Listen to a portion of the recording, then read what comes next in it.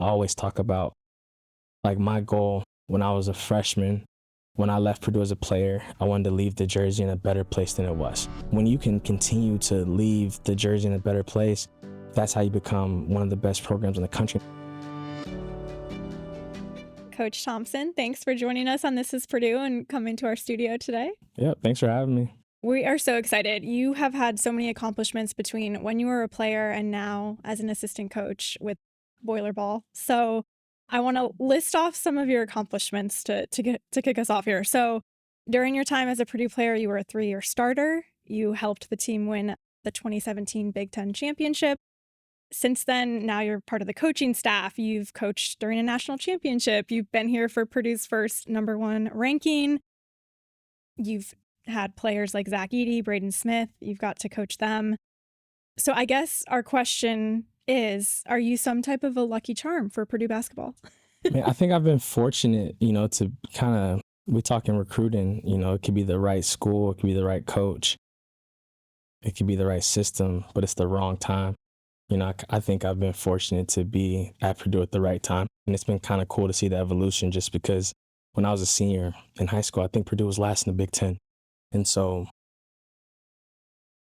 when Purdue offered me, the thing that stuck with me, Coach Painter came to see me as a freshman. I was 14, 15 years old. And just the honesty and transparency throughout the recruiting process, I committed, and they had multiple point guards on the roster. And I just thought, it was the best place for me. And, you get here, and for us to kind of get the program back to where it was when, the Robbies of the world were here, us making the tournament was an accomplishment, going from last in the Big Ten to making the tournament. And then it's been pretty cool, man, since I've been at Purdue. I've never not been a part of the NCAA tournament. People coach for 20, 30 years, and they might not ever get a chance to participate in it. And so for me, being at Purdue has been awesome experience just because I've played or coached in 9 or 10 tournaments. And so it's been a blessing, but it's a testament to Coach Painter and, his program. Yeah. Did you ever expect coming in as a coach and part of the staff that you would be as successful as you all have been? Yeah, for sure. I think it starts with the leadership up top. I think people, they're kind of just destined to win. I think Purdue was great because they were patient. I think a lot of times, and you see in sports, whether it's the WNBA, NBA, college basketball, people don't get the opportunity to be somewhere for 20 years. Coach Payne's seen the highs, he's seen the lows, but Purdue was patient and they were graceful and gave an opportunity to learn and to get better. And that's what you need. And so Coach Painter, being the top, like being the guy, his leadership. So he does things the right way. He always says, like, we're going to win at the highest level, but we're not going to lose our soul in the process. And in a time of college basketball changing and, sports changing in general and in collegiate sports, like, you got to stick to, your core principles. And Coach Payne's done that. And, we've had great players. You don't have great teams without great players. And we've had a lot of great players come through here to help keep Purdue, where it belongs. Speaking of changes, the whole landscape of college athletics with name, image, likeness has made, a dramatic shift in the NCAA. It's made a dramatic shift for coaches, players. You, as a former player, like, what have you seen within the past 10 years with how NIL has changed the game? Yeah, everything. Kids are, you used to work as hard as you can to become a pro. And, when you became a pro, whether it was in Europe, whether it was in the NBA, that's when you got paid. And so now it's different. These kids are getting paid in high school. Obviously, Indiana, you're not allowed to make money as a high school athlete, but, kids are making money in high school. They're doing, different deals, and it's just different. And so for us, what's worked at Purdue is like keeping the main thing, right? Like, you come to Purdue because you want a great education. You come to Purdue because you want to develop as a young man to becoming a man. So you can go and you're 22, 23 years old and you can meet with Eli Lilly and they're ready to hire you. And so for us, we've done a great job. While it's changing, we've still recruited the same way. We don't go for the most talented kids. We go for what works at Purdue. You got to value education. The family matters. You got to love basketball. But when you have that mix, you can have the success we've had. And I think we've done a great job of still eyeing what works at Purdue, right? You got to get lucky. Like Zach Edey was 400 and something ranked in the country, right? He averaged 3 points in high school, but he loved basketball. If it was 8 p.m. on a Friday night, he was watching film. He was a routine guy. He worked on his game after every practice, before every practice, on his off days. And so those guys, he becomes the 2-time National Player of the Year, but at the core, he was always a Purdue guy. And so for us, we just try to look for what we were looking for over the last 10 years, although the landscape's changed quite a bit. Speaking of, family, and you can tell through social media, everyone's going to each other's weddings, everyone's Yeah. coming back for the alum games. You and other former players are part of the coaching staff. What do you guys do on and off the court that helps foster that mentality? Yeah, we're going to Sasha's wedding here in a couple weeks, and it was cool. It's gonna be like 600 people there, but all the former What? players that he invited back, like it's just different. We had 350 people at Coach Painter's house during the alumni game. You saw all the fans that came. It's a special place, and it's not like that everywhere. And when you're part of something, no matter how great everything is, you can take it for granted a bit. And for us, we try to just stay in the process. Like, it is a special place. You're never going to agree with everything that goes on, whether you're at Purdue, whether you're at another school, whether you're at a business. But, Purdue, man, it's just different. And I think, like I said, it's a testament to Coach Painter and the people. You talking recruiting with guys, and you can't ever forget, like, it's a people business. You want to be around great people. And whether it's in the athletic department, whether it's outside of the athletic department, Purdue has great people, and it's relationships. When you've had 2 head coaches in 40 something years, the stability, right? So if you want to go into this field, well, it's probably one phone call away.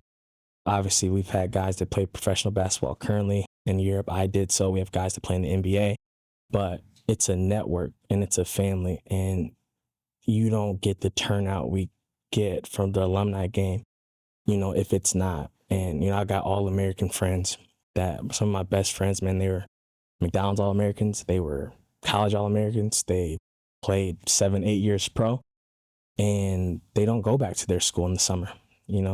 They come to Purdue and they want to be around us, and I work them out. Like, it's just a place that, and it's cool because, Purdue's also welcoming. Like, we've had people transfer from Purdue, and like my little brother transferred, right? Made a mistake after 3 years, and Coach Painter gave him an opportunity to come back and be a grad assistant, and he's going to get his master's degree from Purdue. And you get your master's degree from Purdue, you have a relationship with Coach Painter, and you now you're in the family, you're in the system. Like, he's going to live a great life because of it.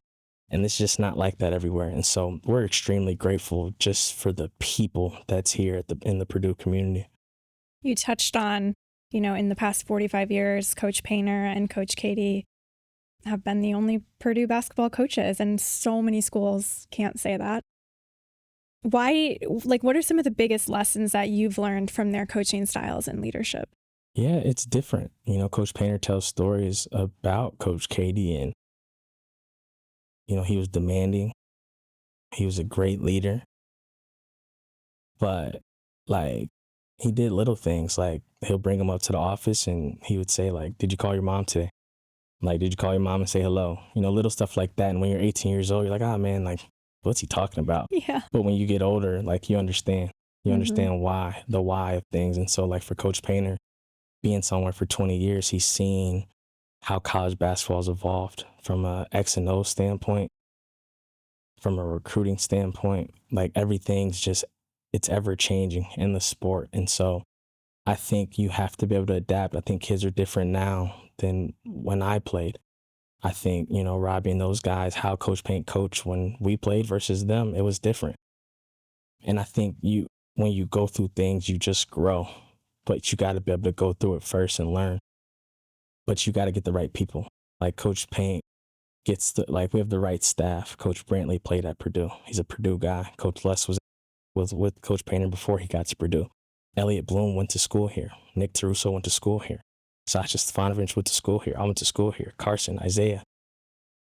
Coach Terry, like he wasn't in the Purdue family, but Coach Painter's really close with Brad Stevens. And so how Butler used to operate, kind of how we operate. And so he was comfortable making that decision to bring Terry.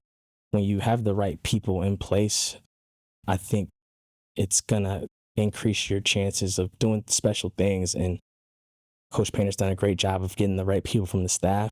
And I think we've done a great job of evaluating. And then with that, Morgan Burke was here as the AD, and he kind of helped paint through some hard times. And then Michael Bensie's come, and I think he's elevated some things, right?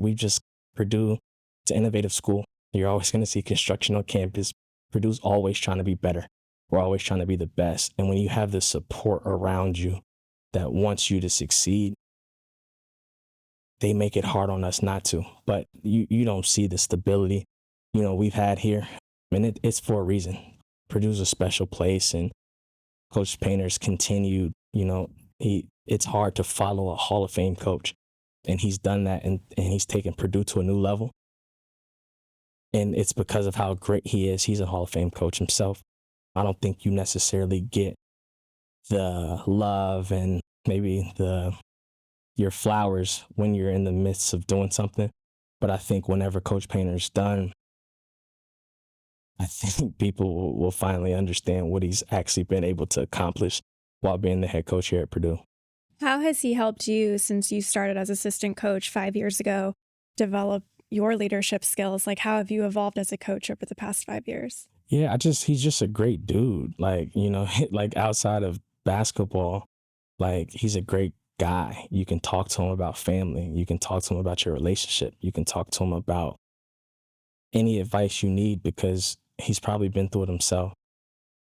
But it's not just about winning and losing and trying to get to that next contract. And I think in the business, I've been fortunate to see the good part of college basketball. Coaches can be car salesmen, and they can manipulate things to kind of get what they want out of the situation. And, coach isn't about that little stuff, man. Like, he buys our staff lunch every day. Like, you don't got to do that. But he buys our staff lunch every day because he's a people person. Coach Paint, he doesn't want to sit as like, he's a basketball guy. His mind's always racing about basketball. But like, coach just wants to sit and talk. He just wants to be a guy and be around the guys, and to see him as a coach is so different than what you thought as a player, because you're 18 to 22. And like, I haven't met an 18 to 22-year-old, including myself when I was 18 to 22. Like, we think we know everything. And like, we think these guys are not regular people. And so to be on this side with him and see he's a regular dude, that he just loves you and he cares, and he's not going to do it by picking up the phone and texting you all the time. He's not going to call you all the time. But when you need him, he's there. And I think that's more important, because it's easy to, lip service is easy. I can tell you anything you want to hear. But what are you going to do when I need you? And there's been multiple times seeing him on staff do things for his former players that it'll never get out. But that's the type of guy he is, nor does he want it to get out, right? But just seeing his leadership outside of basketball, because my respect for him, I always thought when I was a player, he was one of the best to ever do it from a basketball standpoint. And now I see him in a different light. Like, he's kind of more of a friend now. He's like more of a father figure. And so it's been cool to see that kind of evolution of coach. Absolutely. He's so well respected. Bringing us back to NIL, we were talking a little bit before this about players staying here and loyalty, and how, like we've said, 18, 20-year-olds don't always have the best judgment, or they think they know everything. What does the word loyalty mean to you when it comes to basketball, and how do you foster it within your players? Yeah, it's a great question. I think for us, man, it's doing the research prior. Like, we don't just bring kids in because they're good at basketball. We do DISC personality tests. We get to know the kid, the inside of the kid, not necessarily the out. And so we know you can kind of be preventative and bringing kids in by the work you do prior. Like, are they changing high schools? Are they going to 3 or 4 different high schools? Are they or going to three to four different AAU clubs? Like, if they're leaving those guys, they're probably going to leave you when they get to college. And so we try to do the work before and keep getting the right kids, because if you got the right kids, we know basketball. Like, we know how to win. I think that's been proven. It's just getting the right kids. And like, throughout the changes of college basketball, our focus in getting the right kids has stayed the same, and our kids' focus are the same. And so when you talk about giving these kids at such a young age all this money, a lot comes with that. But we're preventative. We have people from campus police to the campus banks to NBA personnel. Like, we have all these different people come and talk to our guys and be preventative, because we don't want something to happen and it's on ESPN the wrong way and now we're trying to fix it, right? We want to be preventative. We want to teach them and still educate them, because education is still at the forefront. Like, we want kids to come to Purdue because they know that the Purdue education is powerful. And because we always say, like, you're going to be a former player a lot longer than you're going to be a player, no matter how good you are. Like, Zach Edey is amazing. He's 9th pick in the draft. Jay Ivers was the 5th pick in the draft. Like, God willing, they're going to live on earth as a former player longer than they are a player. And so you got to be able to go back and have something to rely on. And so if you're going to 2 to 3 different colleges and these college coaches are getting a job every 3 to 4 years, who's going to help you? Because at some point in life, everybody needs help. Like, Coach Payton didn't get that job because he's great at basketball. He got that job because Coach Katie, right? Like, I'm not at Purdue now because I'm great at basketball. I'm at Purdue now because of Coach Painter. And so at some, and no matter, and that's just a basketball example, but like, at some point in life, you're going to need help. And so when you're loyal to people, no matter how many points you average, no matter how many assists you get, like, again, it's a people business. You got to be able to rely on good people to help you. And I think that's why our guys stay and they're loyal, because at the end of the day, they know they might not agree with everything I call offensively. They might not agree with everything we do in practice from a practice standpoint. But at the end of the day, they know it comes from a good place. All we want is to help them on and off the court be the best version of themselves. And I think a lot of times when you're in it, you don't really get it. But I think as you grow older, you go through different experiences in life. When life gets hard, like, you remember some of those lessons. And so that helps you get through it, and it, helps you move forward. But loyalty is, of course, a two-way street. Yeah. So how do you kind of prove your end of the deal to your players? Yeah, that's a good question. I think that, it's not just proof from what we say. Like, we've taken 4 transfers in 5 years. 2 of them are on this team. And that's among the lowest, in college basketball. We go in the portal out of need, right? We needed to become better defensively. We needed to become a better rebounding team. And so we go get the second best rebounder in the portal, right? We needed to get Oscar Clough. Daniel's coming off of a leg injury. He's young. Trey Kaufman was playing out of position, although he had a great year. Like, we needed help with Liam at the 4. We knew it was going to be a smaller role. We were honest with him. We were transparent in the recruiting process. But him coming to Purdue, being able to get a degree after his experiences, he's had at his different stops, he's still willing to come and be a part, even though it may be a smaller part because he's backing up an All-American. He's still willing to do so because of the transparency. And then guys on our current team, like Trey Kaufman was an All-American last year. He redshirted when he got here. He got offered from North Carolina, which is a blue blood, one of the best historical programs in the country. He was a highly ranked guy, but he just wasn't ready right away. And so instead of just, that kid's not ready, let's go get someone else, we develop him. We have a plan for him. And when he gets he backed up Zach Edey. A lot of kids would have left, but he stayed through it. And now he had a heck of a year, has the opportunity to have his jersey be in the rafters. So in 20 years, when he comes back to Purdue, his jersey's hanging up. But he also has opportunity to play in the NBA. And I don't know if he would have had that if he didn't stay through it. Guys like Braden Smith, we're just fair. We're fair. We're honest. We don't promise people things. When you promise, it's easy to recruit because it's easy to remember what you say because you tell the kids the truth. And so Braden's hearing the same thing that Fletch is hearing. Like, you have opportunity here. The timing's right. You got to work and come get it. But the opportunity's here for you. And so when every kid is getting that message, that's all you want as a basketball player, as a high school kid coming in. You just want a chance. You want to know it's going to be fair. I want to know that, like, okay, you're paying me the same thing. We're coming in, but I'm 60 spots ranked lower. Like CJ Cox started the most games as a freshman, and he was the lowest ranked guy. And so, like, that play, it's a production business, but you have opportunities like that because we don't promise people things, and it's all about the work and the fit, right? And so I think all those things kind of go into why it's a two-way street. Like, it's not just lip service with this. We prove it, and we have the backing. We show them and we tell them. What are some of these non-negotiables that the team holds firm, even in this current kind of landscape with the NIL? Yeah. What has Coach Painter kind of done to instill that culture within the coaching staff for you all? Yeah, like nothing's changes, right? Like, you know, we get back on the road at 3 a.m. You got class at 9. Like, it's your job to be in class. Like, you know, it's your job to be attentive in class, pay attention. It's your job to get your work done. It doesn't matter how much money you make. It doesn't matter that we're the #1 ranked team in the country. Like, you're here for education first. Like, Coach tells all his recruits this, and I think it's really cool. I think the parents get it more than the kids, but you got to have two dreams, right? You got to have a dream through education. You got to have a dream through basketball.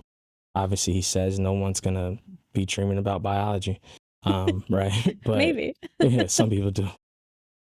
But you got to be able to understand you're going to be a former player longer than you are a player. And so, like, getting your degree matters. Having those connections and resources outside of the athletic department matters.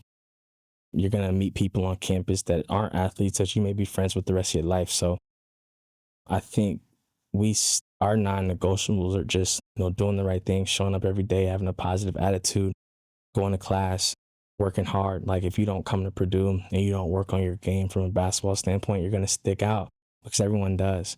And it's a competitive environment. And when you're in a competitive environment and things are relatively equal, you gotta be able to do the necessary things to put yourself in position to reach your goals, right? You can't say you want to be an NBA player, you want to be an all-conference player, you want to help Purdue win, but then you're the 10th guy that wants to work out with our GAs, right? Like, it's your goals and your dreams has to match your work. And then, you know, and staying out of trouble, just keeping life simple. We try to tell that to our guys. When you recruit a lot of the guys, people talk about culture and stuff all the time. We don't, because, like, when you come to Purdue, you're probably gonna, like, we're not gonna change for you, right? Like, you're probably gonna succumb to the environment and the culture that's already in place, because that's what's won. That's what's developed people. That's what's graduated people. That's what's allowed Purdue to have arguably the most success the program's had in a long time.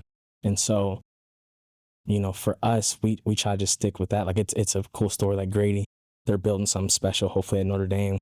Grady Eifert's one of my best friends. I was on the road. I feel like I was driving, like, in the mountains, and I think I was in Utah. And Coach Shrewsbury, he's a great dude. I look up to him from a basketball standpoint because when I was younger on staff and he was running the offense, man, I learned so much from him. And I kind of looked at him in that stratosphere of paint of, like, the basketball gods, right? That you want to hopefully one day be able to be like. But Grady called me one day and he was like, "Yo, P, like, how often do you guys play open gym?" And I'm like, dude, I have no idea. Like, our guys play because it's just what we do. Like, I don't have to micromanage Braden Smith. I don't have to micromanage Antoine West because, like, one's a senior, one's a freshman, because they know what to do. Like, it's in place. Like, it's in place for you to come to Purdue and succeed. And so it was just cool because this is a program that Paint's had for 20 years. It's kind of at the mountaintop and they're trying to get there. But it was cool for me, and it kind of puts things in perspective. I try to look for things to put things in perspective, because when you're in it and you've been at the same place for so long, you gotta continue to be grateful, and you gotta continue to like understand how special it is. And it's hard. It's really, really, really hard in life to not take things for granted. And he said that to me, and it kind of registered. It's like, man, it's pretty cool what we got going on. Like, we don't have to worry about what 90% of college programs are worrying about. Like they're playing because they want to play. Yeah, exactly. My mom was Grady Eifert's kindergarten teacher. Yeah. Fort Wayne proud. Wow. Good luck to your mom. So when it comes to recruiting though, I know you said you don't really have to do a lot because you already know if they have these Boilermaker traits for the most part. But are there any specific things when you're talking to these younger high school kids that you're specifically looking for that they will fit in with this Boilermaker mentality and culture? Yeah, I think little things like how do they communicate? How do they receive coaching? How do, like, if a coach takes them out, are they shaking hands with their teammates? Are they still engaged on the bench? If they miss 5 shots in a row, are they going to shoot the 6? Are they going to, from a basketball standpoint, I think it's easy to tell when a kid can shoot and when a kid can't shoot. I think it's easy to tell if a kid can be good in pick and roll in our system and if he can't. And so for us, I think the basketball piece for me, I think it's easy because I know my boss. I know what he wants. I know what works at Purdue. I run our offense. I know what we're looking for from an offensive standpoint. Obviously, the pieces have to fit together. But I think it's more so getting to know the person too. You know, like the Friday night, what are they doing? You know, or do they get in the gym? Do they text you back? If they don't text, I mean, do they communicate well? Like, and no one's perfect. Like, you're gonna have to teach them. That's part of the gig. Like, we gotta teach them things too, and we gotta help them grow in areas. But I think like the non-negotiables just are like, are they doing the right thing? Like, do you listen to your high school coach? Do you listen to your parents when they come on visits? Like, do they, you know, I don't think it's magic in that, like, from that standpoint. I think the basketball piece is relatively easy. It's for us, it's getting to know the person. With everything that you've learned during your time at Purdue, what advice would you have to new coaches, even like business leaders in the everyday world about, you know, building a strong culture and in an environment where things are constantly changing? Yeah, it's a good question. I think just continuing to, like, understand, like, what does your business stand for? Like, what are you looking for? Like, you got to recruit the people. Like, we're not having 10 different conversations behind Coach Painter's back. Like, oh, we should do things this way. We should do things that way. Like, whether we agree or whether we don't agree, like, it's our job to do what's best for Purdue.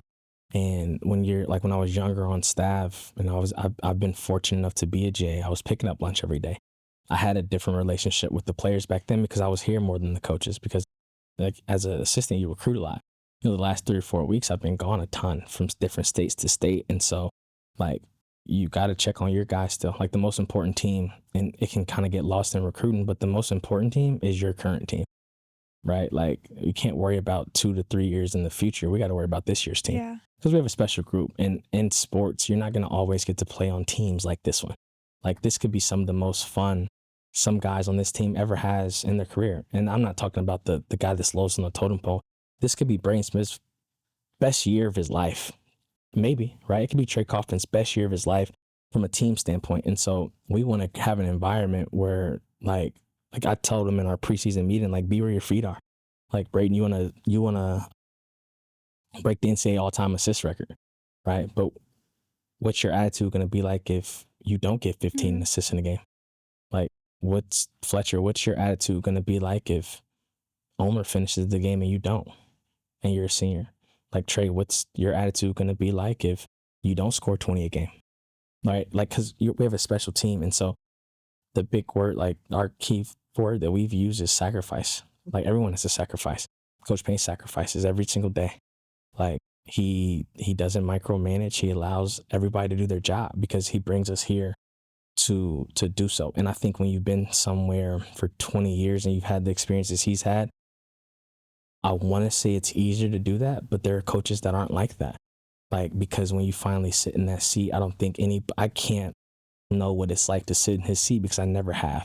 Well, we've had Coach Les. He's been a former head coach before.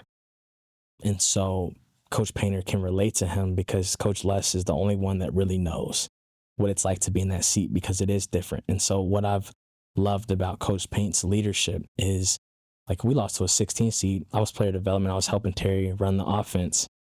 My job was to help kind of teach him the offense, and I worked directly with him. Because of the NCAA rules, I couldn't even be on the court. And so we lost to a 16 seed. Coach Paint decided to make a change, for Purdue. And I think I was 26 years old, and I become the offensive coordinator at Purdue. Like I had the best job in the country, in my opinion, as a 26-year-old. We're number one in the country, right? I still think as a 29-year-old, I have the best job in the country as a 29-year-old. But it was a process to get there, right? And Coach Payne didn't give me the offense, and he didn't sit in my office every day and shoot 1,000 ideas. When we're in the course of a game, he's not telling me 1,000 things to run.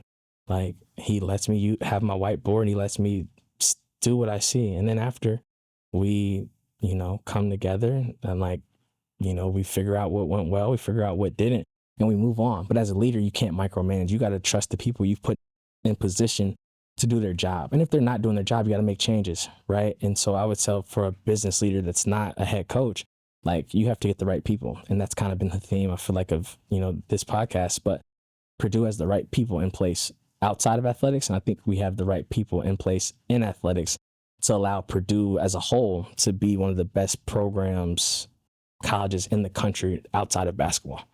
I love that. Be where your feet are, like soak it in. Yeah. Well, you can, right? Exactly. Okay, so the upcoming season, there's a lot of buzz. Yeah. I don't know if you like talking about that, but is that a ton of pressure too? Yeah, I think pressure comes with it, right? Like, it's our job to win. Like, Purdue's a place that's won. And so, like, it's our job to win. And we understand that. But I've been on talented teams that didn't make a Final Four. I thought my team my senior year was good enough to make a Final Four. Isaac Haas gets hurt. I think Jaden Ivey's last year in college, we lost to St. Peter's. I think that team should have been a Final Four team. We didn't. Like, we're not going to just snap our fingers and we're in the NCAA tournament. It's a process to get there, right? We have to be great in the summer. Now we got to be great in the preseason. Now we have to be great, like, when the practices have started. We have to prepare. Like, it's not going to be perfect. We're not going to win every game we play, no matter how bad we want to. It's our job to put ourselves in positions to have the best March and April possible. But it's no guarantee, because we got Oscar Clough and he's a great rebounder. That doesn't mean Purdue's going to be a great rebounding team. We still got to do the job, right? You still have to actively go get the rebound, and you have to do it every possession. And so it's not magic, because we have a talented team, because we have a lot of guards that can do a lot of different things, and we haven't had that all the time in the past. That doesn't always equate to success, and you never know. And so, like, being where your feet are, attacking every day and just getting better. And then you just want to put yourself in the best position, right? Historically, the number one seeds, they have a better chance to get to the promised land. And so we want to continue throughout the season to put ourselves in position to have a great ending, but it's never perfect. I've been a part of teams. I've seen teams, like, we lost 4 seniors that year. I think that team, I was overseas playing professionally that year. I want to say they started 6-4-ish. And they were a 10th of a second from going to the Final Four. Yeah. And nobody thought that team would. And so just because this team's talented, just because we have seniors and we have young, talented players, there's no guarantee. And so for us, just stay in process space. Like, we talk about it in basketball. Like, Fletch, if you go 1 for 12 over the course of a season, continue to take the shots that you're going to shoot, because you've proven to be one of the best shooters in the country. But it's stay in process space. You can't live always in the present. And so we kind of take that from an individual standpoint and a team standpoint. And then hopefully at the end of the year, we put ourselves in a good position to accomplish some of our goals. What does it mean to you and the team that the Final Four is in Indianapolis? Yeah, that's awesome. Yeah, I'm excited. It's cool because, like, since I've been on staff, we go to the Final Fours. And so obviously that one year we participated in it, and it was unbelievable. It's going to be pretty cool being in Indianapolis, where some of our kids are from, and, being kind of right up the street for us. But, again, if the Final Four was in Utah, we would have the same goals to go there and win it. And so it just happens. It worked out that way. Maybe stuff happens for a reason. I don't know. But it'll be pretty cool. I know that, if we're fortunate enough to get there, I know we're going to have a great deal of support. We felt that last year playing Houston and Indianapolis. So I'm excited. It's going to be great for the city. I think the city does a great job. I'm from Indy. I think the city does a great job of hosting events. Kind of saw it was cool after our season, the Pacers going on their run. The Indiana Fever, they have a big game tonight. They've had a a heck of a year despite a lot of adversity with injuries and stuff. And they have opportunity tonight to win at home. And so it's a basketball state. Midwest is a basketball place. Indiana's arguably the best basketball state in the world. So it'll be cool for the city and, hopefully for some Purdue fans if we can do our job. So we have Daniel Jacobson, Braden Smith, Fletcher Lawyer, Trey Kaufman-Wren. You talked a little bit about Oscar Clough. Incredible team, people coming back, people transferring, etc. What are you most excited about for this upcoming season? Yeah, I'm just excited to just get better. When you're on such a good team like this, like each person on our roster is going to win us a game at some point. Like Aaron Fine, Sam King, they're walk-ons, and every single day, Jack Luss, Slim, like Jace, every single day work their butts off to help Purdue become better, only in hopes that we beat a team by 20 or 30 and they can hopefully get in, at the end of the game and play in front of the fans. And so a lot of you just, when you're a part of special teams, you appreciate everybody because all the work that they do, it doesn't get seen. But every single day, they make Purdue better. Every single day. Because they don't make the money that our guys make. They don't have articles written about them. They're not on cool podcasts like this, but they love Purdue and they care about making Purdue better. I always talk about, like, my goal when I was a freshman, when I left Purdue as a player, I wanted to leave the jersey in a better place than it was. And so I felt like our group did that. And now I'm transitioning to this side. I tell the kids the same thing, like, leave the jersey in a better place. And the cool part is we're reaching heights that we've never reached before. And so when you can continue to leave the jersey in a better place, that's how you become one of the best programs in the country. And I feel like we are that. But, over a course of a whole season, man, it's going to be different guys. It's not just going to be Braden, TK, Fletch as the older guys has been through it. It's going to be the freshmen. It's going to be the sophomores. It's going to be the juniors. And so Riley's been through adversity with injuries. Daniel's been through adversities with injuries. Guys want to play more minutes. We have a lot of people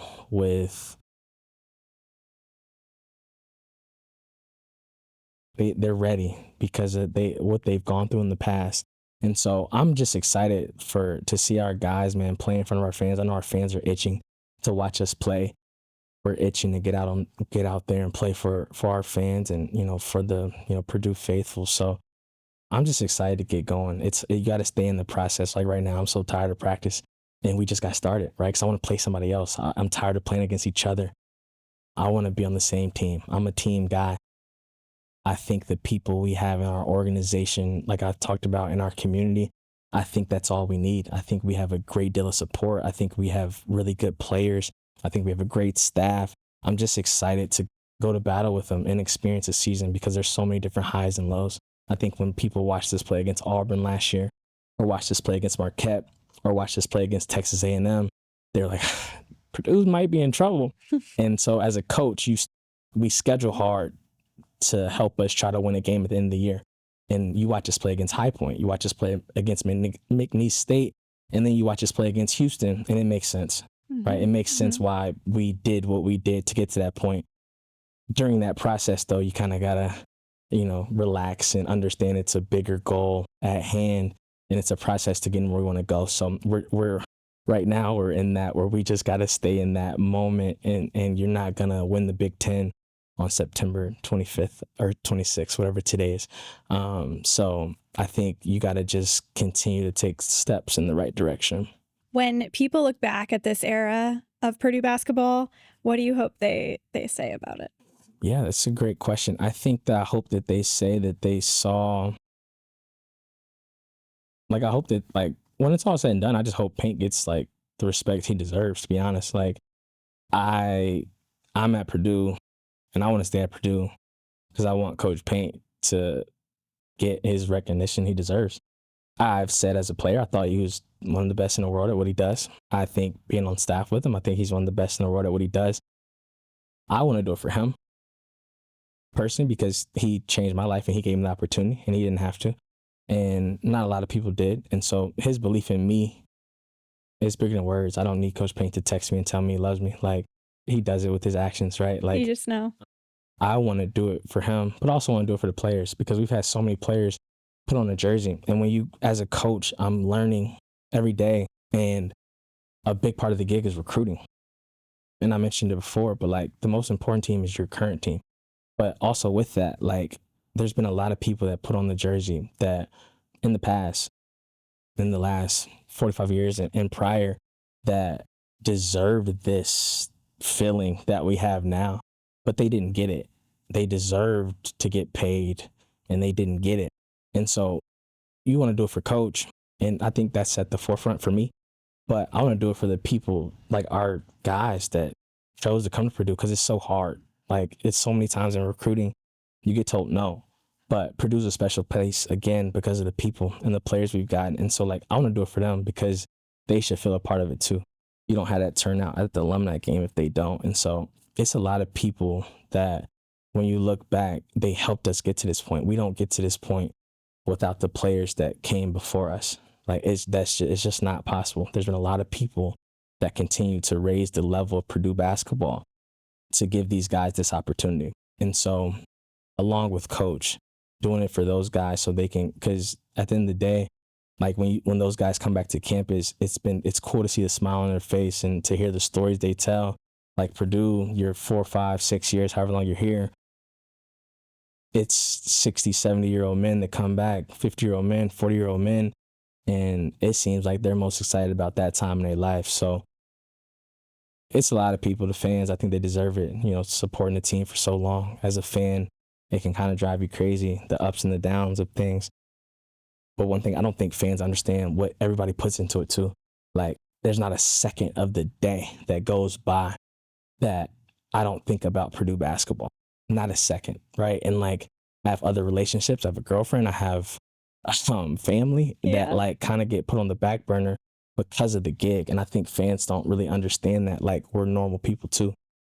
And there's a lot of people that want Purdue to be successful, but I think the culmination of all those things is kind of what I want to look back and be like, did it for them.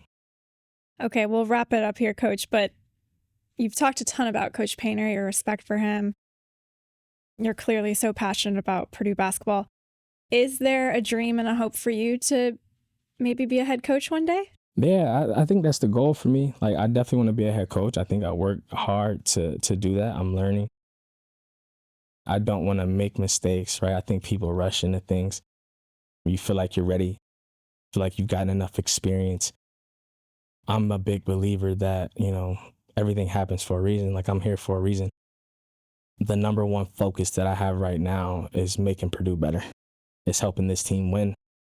I think my individual goals will play out how they play out, but I'm more focused on helping Purdue win and learning and getting better. Like I'm 29. I feel like I'm just getting started. Like there's not a day that goes by where I'm not learning, asking questions. Like when Coach Paint talks, he probably thinks I'm crazy because like sometimes I don't want to even respond. I'm just like taking everything in and listening. And it's like really a one-way conversation. But I'm listening because I look up to him and I love him and I respect everything he's been through to get to this point. I understand how hard it is because I'm in it. And yeah, of course, I want to be a head coach one day. That's obviously the goal. I think most people want to do that. So I'm not different than any other assistant coach that wants to be a head coach. But it's a stepping stone to get there. I'm in no rush to become a head coach. I want to be the best assistant coach for Purdue that I can be. And I think if I can give my best to Purdue, I think that I can help Purdue become better because I feel like I've done that for the last 10 years. And I don't think statistically it's going to show up. I don't think it's going to show up from as an assistant coach now, right? Because that's not the goal for Brandon Brantley to get all the credit, right? Like he's great at what he does. It's not the goal for myself to get the credit. Like we do what we do to help Purdue become successful. And you can't forget about why you got in the business. Like I got in the business to become a head coach, but I ultimately got in the business because I've been around a lot of great players my whole life. I didn't get to Purdue and just start being around great players. I've been around great players my whole life and I've seen them be lied to. I've seen them be manipulated. I've seen them not be able to go back to their school. I've seen them not have relationships with their head coach. And so I got into the business because I want to help people. I want to help players become better players, but I want to help people become better men because I think the world needs better people, right? And I think at the forefront, that's, you can't forget about why you do things. And like, that's the truth. Like, I really want these guys to look back and be like, I don't want them to look back and be like, man, we ran great offense in college. I want them to look back and be like, they were around great people that cared about them and that helped them at whatever, that helped them get through whatever, they have coming for them in the future. So it's a long-winded way of answering your question, but yeah, obviously I want to be a head coach one day. This has been an incredible conversation. Is there anything else you want to tell the Purdue basketball faithful, all of our Boilermaker community before we end the interview today? No, just thank you. Like, thank you. It's not magic, people showing up and having 89 straight sellouts. Like I mentioned, I feel like I've said it 1,000 times, but like, Purdue people are really great people. Like, they fill up the stands. They support our team. We're very thankful for that. There's not a lot of people that can run out to a sold out arena every time they step on the court, whether they're playing an exhibition game or whether they're playing for a Big Ten championship. And so for us, man, we're just grateful and thankful of the support. Like, you don't take it for granted going to a restaurant and people just wanting to shake your hand or take a picture or just say hello to you. Like, that doesn't ever get like boring for me. Like, I'll never tell somebody no, like, because it's not like that everywhere. And so these people invest in us just as much as we invest in the game to give them a great product. And so I'm just thankful for the support of the Purdue community. It's continued to reach levels that are unimaginable. And I mean, I was in Europe, man. I was playing in Europe. I was in Denmark. It's a small country. It's a very average basketball league. And I'm warming up and I see, I had it on my Instagram for a while, but I see a dad and 2 kids in Purdue gear. Oh. And I'm like, what in the heck is going on? And like, the game was played, and the first thing I couldn't even shake the opponent's hands and the coach's hands. Like, I just went up to them and I'm just like, wow, like, where are you guys? Like, what are you guys doing here? And like, they were there for me. I'm in Denmark, man. Like, and so like, that stuff you can't take for granted. I've been to China to play basketball. I've been to Taipei and to see Purdue jerseys and to see Purdue fans in different parts of the world. Like, man, that's unheard of.